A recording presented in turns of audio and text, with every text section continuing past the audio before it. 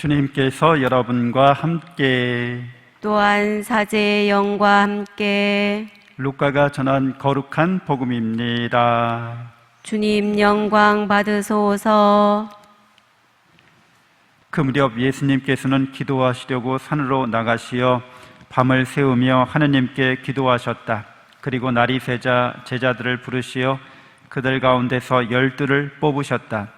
그들을 사도라고도 부르셨는데 그들은 베드로라고 이름을 지어주신 시몬, 그의 동생 안드레아, 그리고 야고보, 요한, 필립보, 바르톨로메오, 마테오, 토마스, 알페의 아들 야고보, 여혈당원이라고 불리는 시몬, 야고보의 아들 유다, 또 배신자가 된 유다 이스가리옷이다. 예수님께서 그들과 함께 산에서 내려가 평지에 서시니 그분의 제자들이 많은 군중을 이루고 온 유다와 예루살렘 그리고 티로와 시돈의 해안 지방에서 온 백성이 큰 무리를 이루고 있었다. 그들은 예수님의 말씀도 듣고 질병도 고치려고 온 사람들이었다. 그리하여 더러운 영들에게 시달리는 이들도 낫게 되었다. 군중은 모두 예수님께 손을 대려고 애를 썼다. 그분에게서 힘이 나와 모든 사람을 고쳐주었기 때문이다. 주님의 말씀입니다. 그리스도님 찬미합니다. 찬미 예수님, 하나님의 복동이 사랑합니다. 사랑합니다. 네, 오늘 사도 바오로의 콜로새서 말씀에 따르면 우리가 예수님을 주님으로 받아들였으니 그분 안에서 살아가라고 권고하십니다.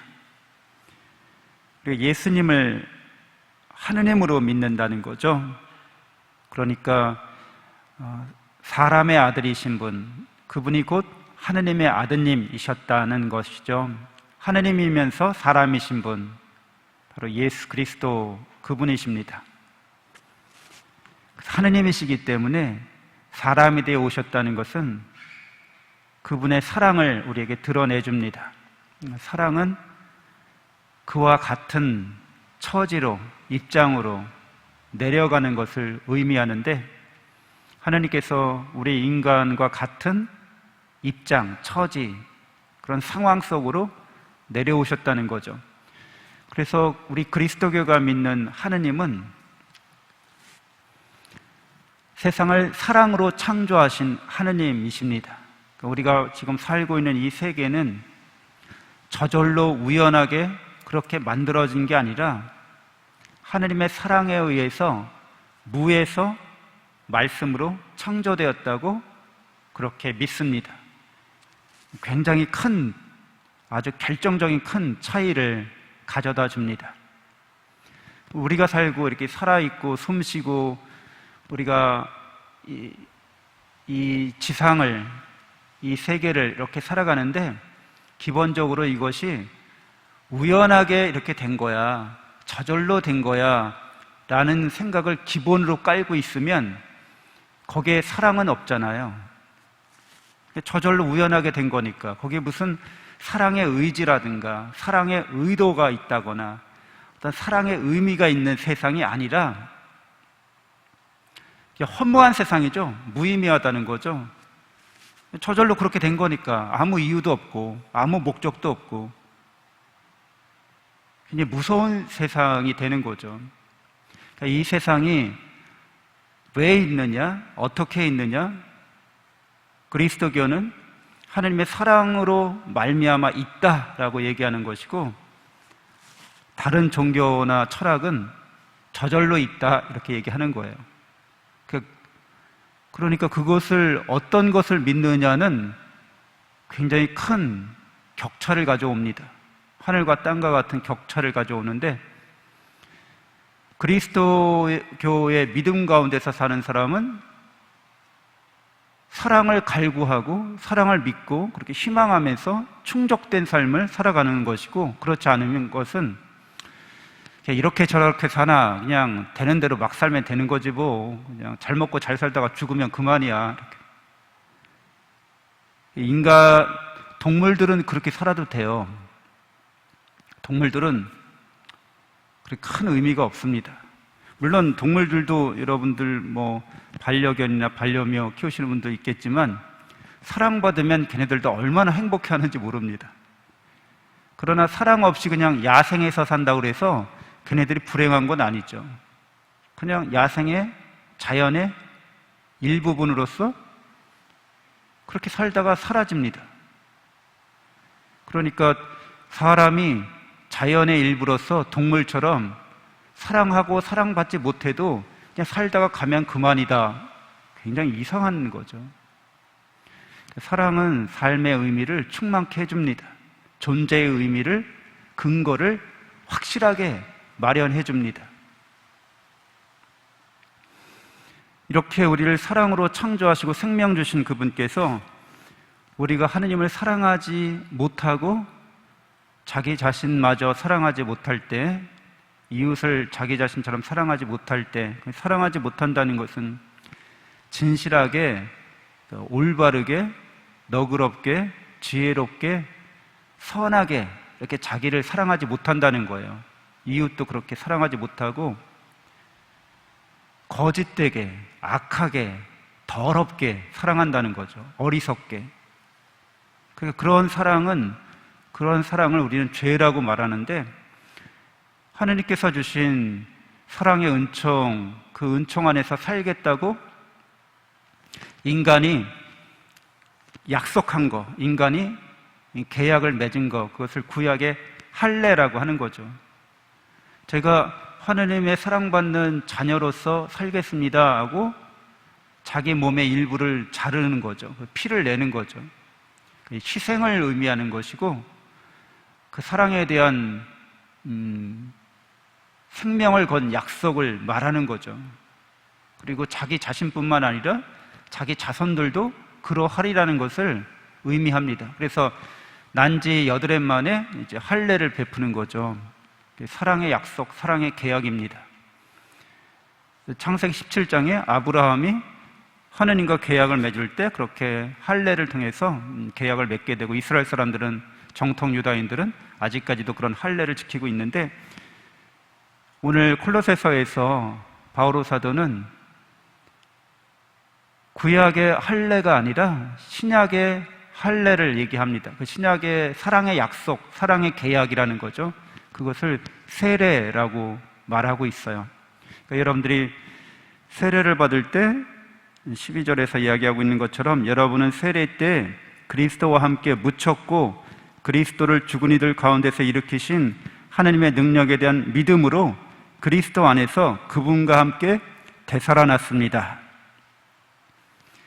구약의 할례를 통해서 인간이 하느님을 생명 걸고 목숨 걸고 그렇게 사랑하겠다고 얘기했지만 그 약속을 지키지 못한 거죠.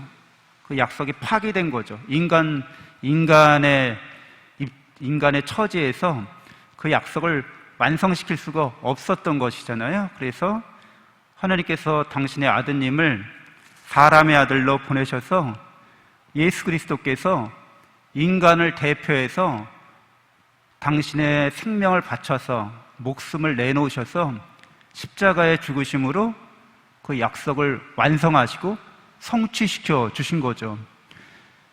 그래서 그리스도를 믿는 사람, 예수님 안에서 나타난 하나님의 사랑을 믿는 사람은 예수님의 그 십자가 죽음과 부활의 사건에 사랑으로 동참하고 있다는 거죠.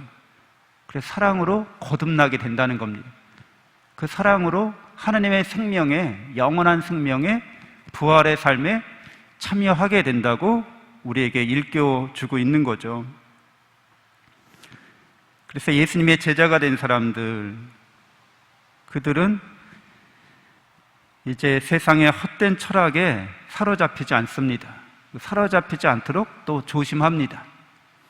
그러니까 이렇게 사랑으로 세상에 창조됐고 하나님의 사랑으로 우리가 구원받았다는 것, 죄로부터, 죄악과 죽음에서 우리가 구원받아서 영원한 생명과 행복에 들게 됐다는 것, 이것을 감사하면서 또 희망하면서 우리의 삶을 살아간다는 거죠. 헛된 철학은 구원에 관해서도 사랑으로 말미암은 구원을 이야기하지 않습니다. 헛된 철학이라고 말하는 것은 세상이 저절로 우연하게 만들어졌는데, 저절로 우연하게 만들어졌지만 그 안에 법칙이 있다는 거죠. 이게 말도 안 되는 거죠. 저절로 우연하게 만들어졌는데 거기에 법칙이 있다는 거예요. 저절로 우연하게 만들어졌으면 다 랜덤해야지, 다 무질서하고 혼란해야지. 오늘은 해가 동쪽에서 떴다가 내일은 남쪽에서 뜨고 북쪽에서 뜨고 막 이렇게 돼야지. 왜? 저절로 우연하게 되는 거니까. 근데 놀랍게도 저절로 우연하게 만들어진 이 세상 안에 확고부동한 법칙이 있다는 거예요. 이게 자연의 법칙인 거죠. 물리 법칙, 인간관계의 그런 사회적 법칙, 자연법, 양심, 이런 게 있다는 거예요. 저절로 우연하게 만들어졌는데 그런 게 있을 리가 없잖아요. 근데 저절로 우연하게 만들어졌다고 주장하면서도 그런 게 있으니까 그런 법칙에 맞게 또 살아야 된다고 얘기하는 거예요. 근데 그 법칙 자체에는 사랑이 없어요. 그냥 사랑 없이 그렇게 하는 거예요. 저기 귀인을 만나려면 동쪽으로 가십시오. 이번에는 삼재수가 끼어서 합니다. 그 안에는 우리에게 영원한 생명과 행복을 주는 사랑이 없어요. 거기에는 우리의 죄를 용서하는 그런 사랑의 은총이 없어요. 자비의 은총이 없어요. 그냥 자연의 물리 법칙이나 어떤 통계에 따라서 그냥 처신하라는 거예요. 헛된 철학이라고 얘기합니다. 정치, 경제, 문화의 모든 우리 인간이 만들어낸 것들 안에 하느님의 사랑 없이 만들어진 것들에는 우리를 죄악과 죽음에서 구원할 수 있는 힘이 아무것도 없습니다. 그래서 그렇게 산다고 해도 영원한 생명에, 영원한 행복에 들지 못할 뿐인 거죠. 그래서 예수 그리스도는 하느님의 사랑을 통해서 우리를 죄악과 죽음에서 구원하셨고, 그것은 승리의 행진이라고 말씀합니다. 개선 행진에 우리를 참여시켜서 천국으로 가는 길에 늘 우리와 함께하고 계시다는 거죠. 복음에서 예수님은 당신의 제자들 가운데서 12명을 뽑아서 사도로 삼아 주십니다.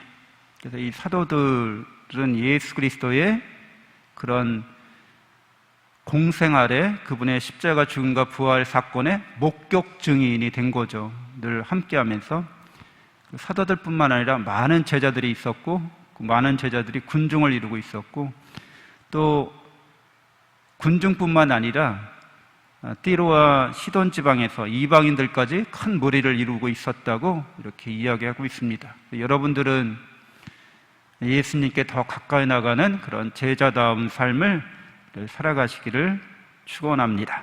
잠시 눈을 감고 묵상하겠습니다.